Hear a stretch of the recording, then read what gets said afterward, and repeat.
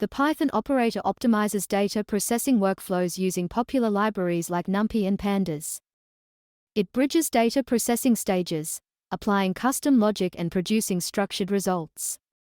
This enhances efficiency and prepares data for further analysis. It's indispensable for handling large datasets and complex manipulations in data-centric environments. Insert the Python operator.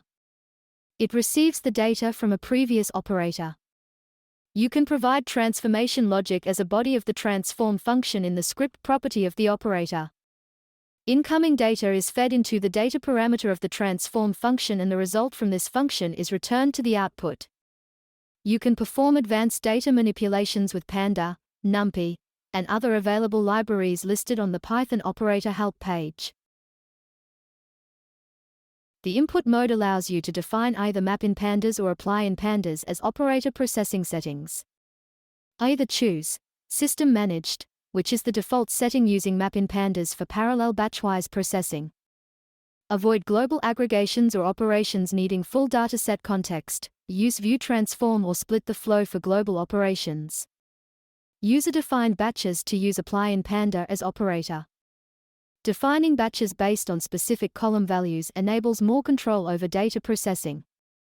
Define 1 to 3 batch columns to group data into batches, and make batches of roughly similar size to avoid an out-of-memory error.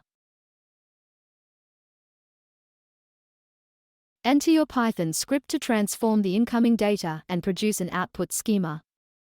Keep in mind that changes cannot be propagated between the Python script and output column. Manually update both to match to prevent errors. For example, if you add a new column in the script field, you have to manually enter the same column in the columns section to prevent errors. Columns here define the schema that your transform must output.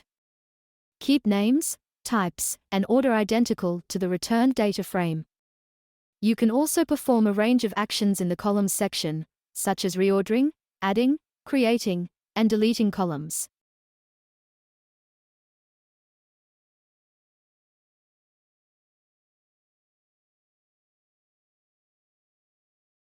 And that's it. For more information, check out help.sap.com. Thanks for watching.